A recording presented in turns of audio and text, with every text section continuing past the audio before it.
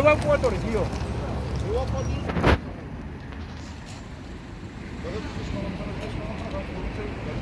სამხედრო პირი შეეჯახა იმას, რა ქვია, გაჩერებას. გაჩერებას და ეს მოტოციკლი რა? მოტოციკლი მანდ იდგა.